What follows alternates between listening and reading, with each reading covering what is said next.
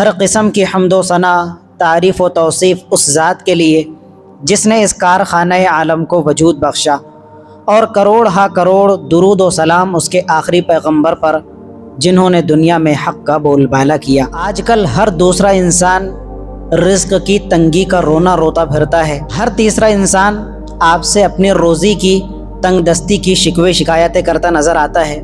کبھی وہ تانترک باباؤں کے آستانے کے چکر لگاتا ہے، تو کبھی ڈھکوس لباس عامل حضرات کے پاس جا کر اپنے رزق کی تنگی کی گہار لگاتا ہے کہ کہیں سے کوئی وظیفہ مجھے مل جائے، کوئی دھاگر تعویذ حاصل ہو جائے، کہیں سے کوئی نقشہ اور چارٹ مجھے مل جائے کہ میں دیواروں پر ٹنگا کر، گھر میں لٹکا کر اس کے ذریعے سے اپنے رزق کی کمی اور تنگ دستی کو دور کر پاؤں۔ لیکن ان تمام چکروں میں پڑنے کے بعد رزق کی تنگی کا دور ہونا تو دور کی بات ہے، رزق کی تنگ دستی کی جو شکایت وہ عامل اور تانترک باباؤں کے پاس لے کر گیا تھا، اس کے اندر کمی آنا تو دور کی بات ہے، الٹا وہ اپنے ایمان اور ضمیر تک کا سودا کر دیتا ہے۔ تو آج کی اس نشست اور محفل کے اندر ہم تنگ دستی رزق کے اسباب کو جاننے کی کوشش کریں گے کہ وہ کون سے اسباب ہے، وہ کیا وجوہات ہے کہ جس کی بنا پر ایک بندہ روزی کی تنگی میں مبتلا ہو جاتا ہے اور تنگ دستی رزق کا شکار ہو جاتا ہے۔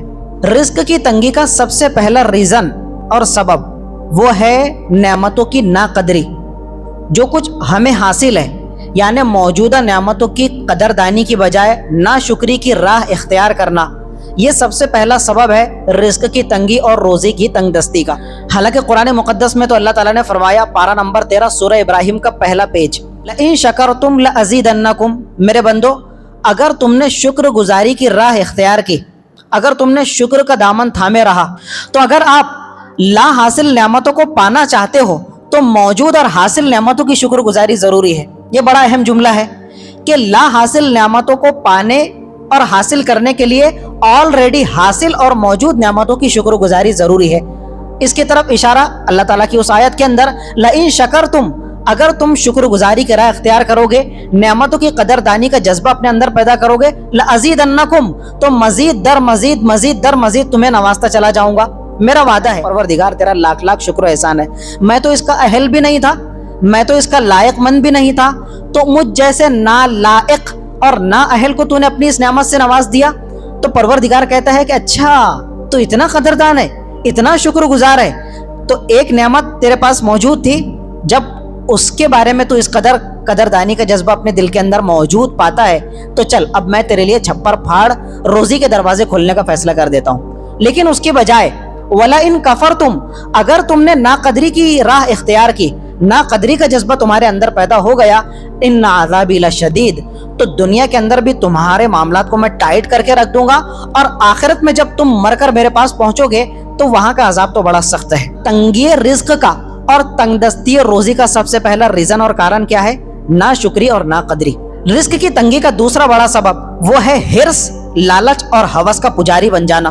ٹھیک ہے، انسان کا جذبہ ہے کہ اگر مجھے آج ایک سکہ حاصل ہوا تو وہ 2 سکے حاصل کرنے کے فراق میں رہتا ہے، اگر 2 حاصل ہو گئے تو 2 کے 4 بنانے کی کوشش کرتا ہے، تو کوئی برا جذبہ بھی نہیں ہے۔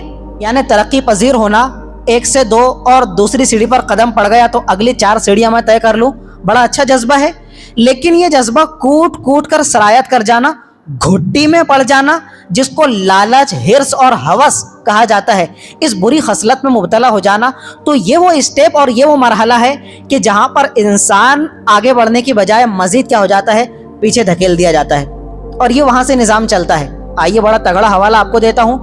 راہ اسلام میں سب سے پہلا تیر چلانے والی ہستی، 10 جنتی صحابہ میں سے ایک مقدس ہستی جن کو اس روئے زمین پر حضور نے جنتی ہونے کی بشارت دی تھی، جن کو عشرہ مبشرہ میں سے ایک مانا جاتا ہے، وہ ہے حضرت سعد ابن ابی وقاص رضی اللہ تعالیٰ عنہ۔ جب یہ نام آتا ہے تو ہماری نگاہیں نہیں، ہمارے دل جھک جاتے ہیں عظمت کی وجہ سے۔ تو ایک مرتبہ حاضر خدمت ہوئے اور عرض کرنے لگے، یا رسول اللہ اوصنی و اوجز، آپ مجھے کوئی نصیحت فرمائیے لیکن بڑی شارٹلی، مختصر نصیحت ہو تاکہ میں اس کو اپنے پلوں باندھ لوں اور گرہ سے باندھ کر اس کو فالو کرنا شروع کر دوں۔ حضور نے فرمایا، سعد کوئی اور نہیں بلکہ ایک نصیحت کرتا ہوں، ایاک والطمع، زندگی میں اس نصیحت کو پلوں باندھ کر رکھا کہ کبھی بھی ہرس، طمع اور لالچ کو اپنے قریب مت پھٹکنے دینا، کبھی لالچی مت بننا۔ اگر تم لالچ کا شکار ہوئے،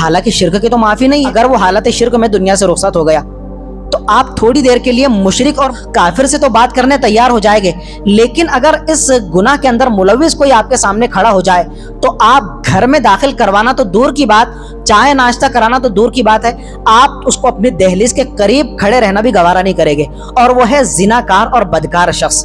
تو زناکاری، بدکاری، اپنی بیوی کو چھوڑ کر اجنبی خواتین کے ساتھ میں منہ کالا کرنا، زنا اور بدکاری ایسا گھناؤنا جرم ہے کہ اللہ تعالیٰ فوراً سے پیشتر اس کی روزی کی برکت کو سلب کر لیتا ہے اور یہ تنگی رزق میں مبتلا ہو جاتا ہے. حضور نے فرمایا، حضرت ابن عمر رضی اللہ تعالیٰ عنہ، الزنا یورث الفقر، حضور نے فرمایا مسلمانوں زناکاری، بدکاری اتنا گھناؤنا جرم ہے کہ جو فقر، فاقہ اور تنگ دستی کو جنم دیتی ہے. عجیب الفاظ ہے حضور کے. جس طرح ماں ہے، ماں بچے کو جنم دینے کا سبب بنتی ہے، زنا اور بدکاری اتنا گھناؤنا جرم ہے کہ ابھی تک تم تنگ دستی میں مبتلا نہیں تھے، لیکن جہاں کہیں تم نے یہ گھناؤنے کام کے لیے قدم اٹھایا تو یہ گھناؤنا کام تنگ دستی اور فقر و فاقے کو جنم دیتا ہے. کوئی تم کو تنگ دستی اور رزق میں مبتلا ہونے سے بچا نہیں سکتا. اس سے پہلے بھی میں یہ روایت بیان کر چکا ہوں اور ایک دو مرتبہ اگلا جو واقعہ یہ بھی کوٹ کر چکا ہوں. میرا اپنا آنکھوں دیکھا، میں گاؤں کا نام آپ کے سامنے ذکر نہیں کروں گا، یہاں سے قریب گاؤں ہے، دیہات ہے.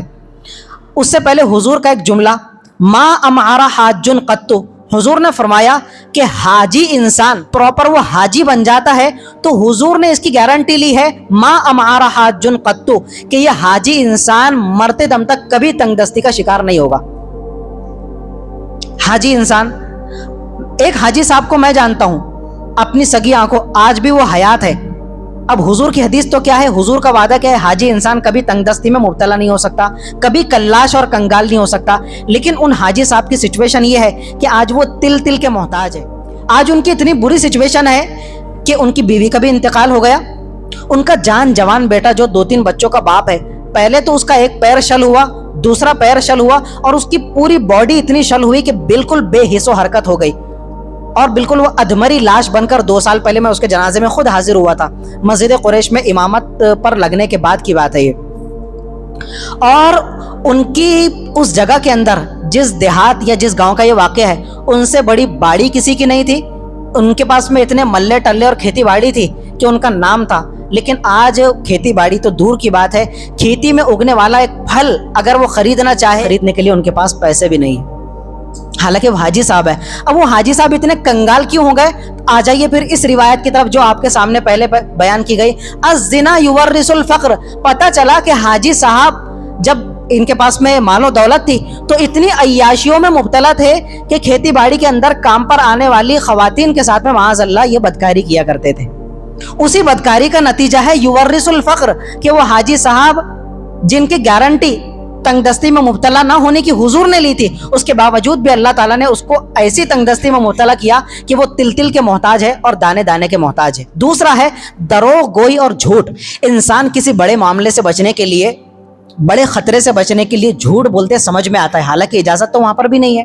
تو دروغ گوئی اور جھوٹ بولنا، بات بے بات پر جھوٹ بولنا، تو انسان بڑے چٹخارے لے کر بڑے مزے کے ساتھ میں جھوٹ بولتا ہے کہ میں نے کتنا اچھا کام کیا، دیکھو کتنا جینیس ہوں، کتنا چالاک ہوں، کتنا دانشمند ہوں. ایک جھوٹ کا بول بولا اور سامنے والے کو چونا لگا دیا. او بھائی، اس کو چونا کیا لگایا؟ اپنے ایمان اور ضمیر پر تو نے کالک پوت دیا، اپنے آپ کو تو نے چونا لگا لیا. حضور نے فرمایا جب بندہ جھوٹ بولنے کے لیے زبان کو حرکت دیتا ہے تو فرشتے کئی میل اس جھوٹ کی بدبو کی وجہ سے دور چلے جاتے ہیں. اب کتنا منحوس انسان ہے یہ کہ جس سے اللہ کی رحمت کے فرشتے کوسوں دور چلے گئے اور یہ گل چھرے اڑا رہا ہے، خوشیاں منا رہا ہے کہ دیکھو میں نے کتنا اچھا کام کیا. جھوٹ بولا اور سامنے والے کو چونا لگا دیا، اس کو اپنے اعتماد میں لے لیا. نہیں بھائی، اس کا اعتماد تو نے مجروح کر کے رکھ دیا. اس کے اعتماد کو جتنی تیرے جھوٹ نے ٹھیس پہنچایا، اب کبھی اس کا اعتماد تو زندگی بھر بحال نہیں کر سکے گا. تو حضور نے فرمایا الکذب ینقص الرزق، بات بے بات پر جھوٹ بولنے والا عمل یہ وہ گھناؤنا عمل ہے کہ تم اس کو لائٹلی لیتے ہو، بہت ہلکے میں لیتے ہو. بات بے بات پر جھوٹ ہم اپنی زبان سے بکتے رہتے ہیں، نکالتے رہتے ہیں، لیکن جو کچھ تم نے کمایا، جو کچھ تمہیں روزی حاصل ہوئی، جو رزق کے تم مالک ہوئے، اللہ تعالیٰ جھوٹ کی نحوست کی وجہ سے وہ روزی کی برکت کو سلب کر لیتا ہے اور انسان تنگی رزق میں مبتلا ہو جاتا ہے. تو تنگی رزق کا ایک دوسرا بڑا سبب کیا ہے؟ دروغ گوئی، بات بے بات پر جھوٹ بولتے رہنا. رزق کی تنگی کا ایک اور بڑا سبب دل پر ہاتھ رکھ کر بتانا، تھوڑا سوچ کر بتانا کہ ہمارے پاس جو کچھ موجودہ نعمتیں ہیں تو یہ کس کی دعاؤں کی بدولت مجھے اور آپ کو حاصل ہوا؟ ہمارے والدین کی دعاؤں کی بدولت۔ آپ مانتے یا نہیں مانتے اس بات کو؟ جو کچھ بھی پروردگار عالم نے ہمیں نوازا ہے تو یہ کس کی دعاؤں کا صدقہ ہے؟ کن کی دعاؤں کی بدولت؟ ہماری پیاری امی جان اور ہمارے پیارے بابا جان۔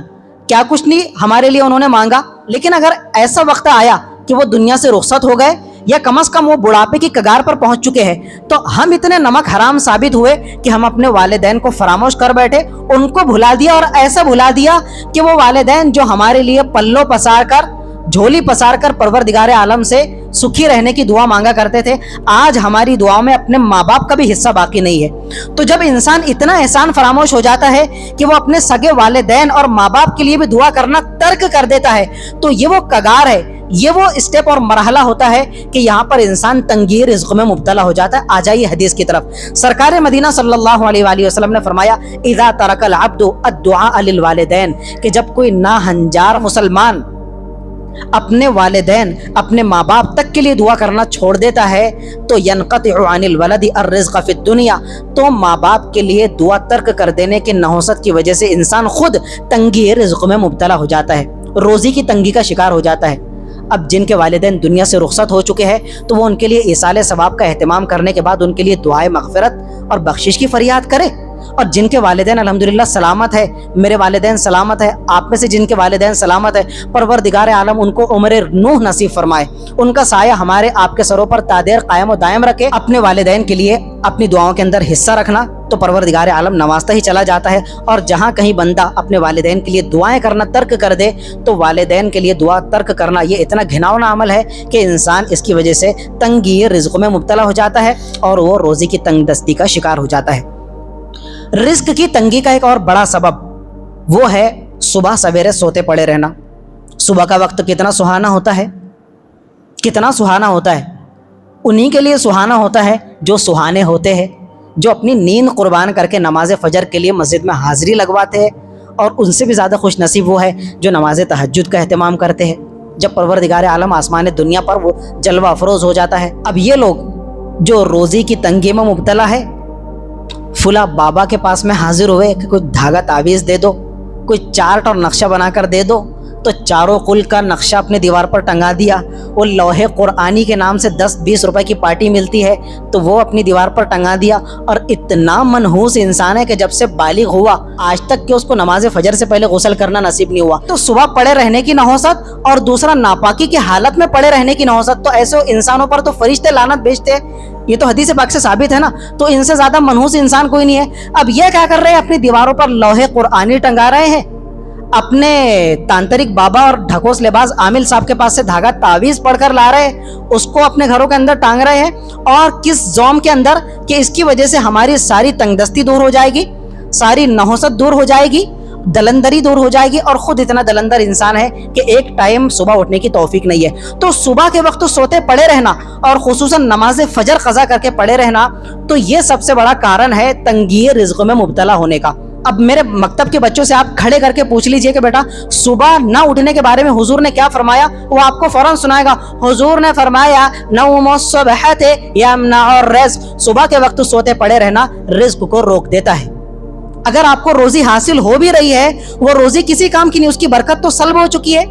روزی کی برکت تو اللہ تعالیٰ نے پہلے چھین لیا ہوا ہے۔ تو اگر آپ کے پاس میں 50,000 نہیں 5 لاکھ کی بھی پراپرٹی موجود ہے، اس کے اندر برکت نام کی چیز ہی نہیں ہے۔ حضور کی چہیتی صاحبزادی حضرت فاطمہ الزہرا رضی اللہ تعالیٰ عنہا وہ فرماتی ہے کہ ایک مرتبہ میری آنکھ لگ گئی اور میں صبح کے وقت سوتی پڑی رہ گئی۔ حضور گھر میں داخل ہوئے، آپ نے دیکھا تو آپ نے ناگواری کا اظہار فرمایا، آپ میرے قریب تشریف لائے اور اپنے بڑے پیار اور شفقت کے ساتھ حرکنی برجلہ، آپ اپنے پاؤں کے مقدس انگوٹے سے میرے پیروں کو حرکت دیا۔ اس طرح سے جو ہم حرکت دے کر پیار اور شفقت کے ساتھ میں اٹھاتے ہیں، ہم جماعت کے ساتھ ایک دوسرے کو بڑے شفقت اور پیار کے ساتھ اٹھاتے ہیں، پیر سہلا کر، کندھے سہلا کر، اس طرح سے۔ تو حضور نے بڑے پیار اور شفقت کے ساتھ اپنے مقدس پیر کے انگوٹے سے میرے پیر کو سہلایا اور کہنے لگے یا بنتے قوم، بیٹی فاطمہ اٹھو، اس وقت تو سونا مناسب نہیں ہے، صبح کا وقت تھا۔ اور آگے آپ نے فرمایا واشہدی رزق ربک، یہ تمہارے پروردگار کی جانب سے روزی کے بٹوارے کا ٹائم ہے، تم سوتی پڑی ہو، آگے حضور نے فرمایا ان اللہ یقسم ارزاق الناس ما بین طلوع الفجر الی طلوع الشمس، اس لیے کہ بیٹی فاطمہ تم کو معلوم ہونا چاہیے اور تمہارے ذریعے سے امت کو بھی پیغام پہنچنا چاہیے 2026 کے مسلمانوں کو، جو صبح کے ٹائم نحوست اور دلندری لے کر سوتے پڑے رہتے ہیں اور ایک وقت بھی نماز فجر کی ان کو توفیق نہیں ہوتی، اس وقت سے لے کر تو سورج طلوع ہونے تک کا یہ جو ڈیوریشن ہے، جو فاصلہ اور وقفہ ہے گھنٹے، آدھے گھنٹے، پون گھنٹے کا، اس وقت سے لے کر تو اللہ تعالیٰ طلوع شمس یعنی سورج طلوع ہونے تک اپنے بندوں کی روزی تقسیم فرماتا ہے۔ اب کتنے بدبخت ہے، کتنے کم بخت ہے وہ لوگ کہ جو روزی کی تنگی سے چھٹکارا حاصل کرنا چاہتے ہیں، برکتوں کو اپنے دامن میں سمیٹنا چاہتے ہیں، لیکن ایک دن بھی نماز فجر کی ان کو توفیق نہیں ہوتی۔ تو صبح سویرے سوتے پڑے رہنا یہ تنگی رزق میں مبتلا ہونے کا سبب ہے۔ سمجھ میں آیا؟ اور حضور نے تو اس امت کے صبح کے ٹائم میں برکت کی دعا مانگی ہے، حضور نے باقاعدہ اللہ تعالیٰ کی بارگاہ میں جھولی پساری اور حضور کی دعا ہے اللہم بارک لی امتی فی بکورہا، پروردگار میری امت کی خاطر صبح کے ٹائم میں تو برکت نصیب فرما۔ اسی طرح دھندے، تجارت، کاروبار میں بات بے بات پر قسم کھانا، کچھ لوگوں کو قسم کھانے کی عادت ہوتی ہے اور وہ اتنا کنٹینیوسلی قسم کھاتے ہیں، اللہ تعالیٰ کی قسم کھاتے ہیں کہ ان کے نام کا حصہ بن جاتا ہے فلاں جناب اللہ کی قسم۔ میں کسی کا نام نہیں لیتا، آپ سمجھ جاؤ، ان کے نام کا حصہ بن جاتا ہے فلاں جناب اللہ کی قسم۔ تو بات بے بات پر ہر بات میں اللہ کی قسم کھانا اور اللہ کی قسم کھا کر اپنے مال کو فروخت کرنا، ڈیل کرنا، سامنے والے کو اللہ کی قسم کی دھونس ڈال کر اس کو اپنے اعتماد میں لے کر چونا لگانا، مال تو بک گیا، اب یہ گل چھرے اڑا رہا ہے کہ مال تو کیا تھا، ڈیمیج تھا، لیکن اللہ کی قسم کھا کر اس کو اپنے اعتماد میں لیا کہ یہ سامنے والا تو خدا پاک کی قسم کھا رہا ہے، یہ چونا نہیں لگائے گا، حالانکہ یہ چونا لگا رہا ہے گدھا۔ تو اب اس کے رزق کے اندر کیا ہوگا؟ برکت آئے گی۔ فوراً سے پیشتر جیسے ہی اس نے اللہ پاک کی جھوٹی قسم کھایا، اس کے مال کی کیا ہو گئی؟ برکت سلب ہو کر رہ گئی۔ تو حضور نے فرمایا ایاک وکثرۃ الحلف، میرے امتی ایک بات کا دھیان رکھنا، زندگی میں اپنا مال فروخت کرنے کے لیے ڈیلنگ ٹائم پیریڈ کے اندر کبھی اللہ پاک کے نام کی جھوٹی قسم مت کھانا۔ جہاں تو نے جھوٹی قسم کھایا فإنہ ینفق، جھوٹی قسم کا سہارا لے کر تیرا مال تو فروخت ہو جائے گا، یمحق، لیکن فوراً کیا ہو جائے گا؟ مال کی برکت ختم ہو جائے گی۔ تو تنگی رزق کا ایک اور سبب کیا ہے کہ اگر کوئی انسان روزی کی تنگی کا شکار ہو رہا ہے تو اس کو دیکھنا چاہیے کہ میں اپنے مال کو فروخت کرنے کے لیے بات بے بات پر جھوٹی قسموں کا سہارا تو نہیں لیتا۔ اگر وہ قسموں کا سہارا لیتا ہے، بکثرت قسمیں کھانے کا عادی ہے، تو اس کو فوراً سے پیشتر اپنے اس گھناؤنے عمل سے باز آ جانا چاہیے۔ یہ میرا ٹاپک ختم ہو گیا، اب ایک دو مسئلے میں آپ سے ڈسکس کر رہا ہوں۔ راستے سے گزرتے ہوئے آپ کے کپڑوں پر، آپ کے جسم پر پانی کی چھینٹیں پڑ گئی، کسی گڈھے کے اندر گڑھے میں پانی جمع ہوا تھا، ایک تیز بائک رائڈر رائڈنگ کرتا ہوا یا ایک فور ویلر والا ڈرائیور تیزی کے ساتھ میں ڈرائیونگ کرتا ہوا آیا اور اس نے پانی اڑا کر آپ پر چلا گیا۔ اب ہم ہیں مسلمان، پاکی اور طہارت ہمارے انگ انگ کے اندر کوٹ کوٹ کر بھری ہوئی ہے۔ اب یہ برسات کا جو پانی ہے کیچڑ کی شکل میں میرے اور آپ کے کپڑوں پر پڑ گیا، یہ پانی پاک مانا جائے گا یا ناپاک مانا جائے گا؟ تو دیکھیے، برسات کا جو آسمان اور بادلوں سے اترنے والا پانی ہے یہ اپنی اصل کے اعتبار سے بالکل پاک ہے اور پاک کرنے والا ہے۔ اب یہ گڑھے کے اندر آ کر جم گیا، اب بھی یہ پانی پاک ہے۔ اب دو صورتیں ہو سکتی ہے کہ آپ نے اپنی آنکھوں سے دیکھا کہ اس پانی کے اندر ناپاکی بھی آ کر شامل ہو گئی، اگر ناپاکی کے اجزاء اس کے اندر نظر آ رہا ہے یا ناپاکی کا اثر اس کے اندر دکھائی دے رہا ہے۔ یہ سامنے کھاٹک فیملی رہتی ہے، ان کے وہاں پر بکریاں بھی بنتی ہے، گائے بھی بنتی ہے، وہاں پر جتنے گڑھے اور گڈھے ہیں وہاں پر کیا ہوتا ہے؟ جانوروں کا پیشاب۔ اب اس گڑھے کے اندر بارش کا پانی بھی جمع ہوا ہے اور اس ناپاکی کا اثر بھی اس کے اندر نظر آ رہا ہے، آپ نے دیکھا ہوا ہے اپنی آنکھوں سے۔ اگر وہ پانی آپ کے بدن پر پڑتا ہے، آپ کے کپڑوں پر پڑتا ہے، اب آپ کے کپڑے ناپاک مانے جائیں گے۔ آپ کو اس کپڑے پر 3 مرتبہ پانی بہانا ہے اور ہر مرتبہ پانی بہانے کے ساتھ اس کو نچوڑنا ہے تو آپ کا کپڑا پاک ہو جائے گا، ٹھیک ہے نا؟ یا اگر آپ دیکھ رہے ہیں کہ فلاں گٹر لیک ہوئی، نالی سے پانی بہ کر آ رہا ہے اور اس بارش کے پانی میں شامل ہو رہا ہے، اب یہ بھی آپ کا سگی آنکھوں دیکھا ہے، تو اس صورت کے اندر یہ بارش کا پانی ناپاک مانا جائے گا اور آپ کو صرف کپڑوں پر 3 مرتبہ پانی بہا کر ہر مرتبہ اس کو نچوڑ لینا کافی، آپ کا کپڑا پاک مانا جائے گا۔ اور اگر آپ کے بدن پر لگ گیا تو بدن پر، جسم پر پانی بہا لیجئے۔ اسی طرح ایک دوسرا مسئلہ جس کے اندر لوگ غلط فہمی کا شکار ہے، چھوٹے بچوں کو ہم گود میں لیتے ہیں، بچہ پیشاب کر دیتا ہے، اب بچے نے جو آپ کے جسم پر پیشاب کر دیا آپ کی گودی کے اندر، تو کپڑا بھی ناپاک ہو گیا، یہ کپڑا دھونا ضروری ہے، اس کے اندر تو کوئی دو رائے نہیں ہے۔ اگر وہ آپ کے کپڑے سے اندر سرایت کرتا ہوا آپ کے جسم پر جا لگا تو آپ کا بدن بھی ناپاک ہو گیا، وہاں پر بھی پانی کا بہانا ضروری ہے، اس طرح پاکی حاصل کرنا ضروری ہے۔ ٹھیک ہے یہ تو چھوٹے بچے کی بات ہے، لیکن جو بچہ تھوڑا شعورمند ہو گیا، کھانے پینے کے لائق ہو گیا، جو بسکٹ کھاتا ہے، کھانا کھاتا ہے، روٹی کا ٹکڑا چباتا ہے، سمجھ میں آیا، جو ماں کا دودھ چھوڑ چکا، اس کے بارے میں ہمارے لوگوں کے ذہن کے اندر ایک فیلیسی اور غلط فہمی یہ رچی بسی ہوئی ہے کہ اگر بڑا بچہ ماں کی گود میں، باپ کی گود میں پیشاب کر دے تو جس کے جسم پر اس نے پیشاب کیا تو اس انسان کے لیے غسل کرنا ضروری ہے۔ آپ نے یہ مسئلہ سنا ہے؟ میں نے ابھی یہ پچھلے ہفتے مسئلہ سنا تو میں سر پکڑ کر بیٹھ گیا کہ یار یہ مسئلہ بتانے والے شریعت سے ناواقف اور لا علمی کی بنا پر کتنا غلط مسئلہ کوٹ کر رہے ہیں۔ شریعت آپ کو اتنے بڑے گڈھے کے اندر دھکیلنا نہیں چاہتی، اتنی تنگی میں مبتلا نہیں کرنا چاہتی۔ آپ سمجھیے، چاہے چھوٹا بچہ ہو یا بڑا بچہ ہو، اس کا پیشاب ناپاک ہے، لیکن آپ کو کسی بھی حالت اور کسی بھی سچویشن کے اندر غسل کرنے کی ضرورت نہیں ہے۔ آپ کپڑے کو دھو لیجئے، آپ کا کپڑا پاک ہو جائے گا، جسم پر پانی بہا لیجئے، آپ کا جسم پاک ہو جائے گا۔ چاہے چھوٹا بچہ آپ کے جسم پر پیشاب کر رہا ہو یا بڑا بچہ 4 سال کا، 5 سال کا، 6 سال کا بچہ پیشاب کر رہا ہو، تو اس صورت میں بھی صرف آپ کو کپڑا پاک کر لینے کی ضرورت ہے، جسم اور بدن پر پانی بہا کر اس کو پاک کر لینے کی ضرورت ہے۔ غسل اس صورت میں آپ پر ضروری نہیں ہوتا، غسل اس صورت میں آپ پر واجب نہیں ہے، صرف پانی بہا کر کپڑا صاف کر لینا اور بدن کا دھو لینا ضروری ہے۔ وآخر دعوانا ان الحمدللہ۔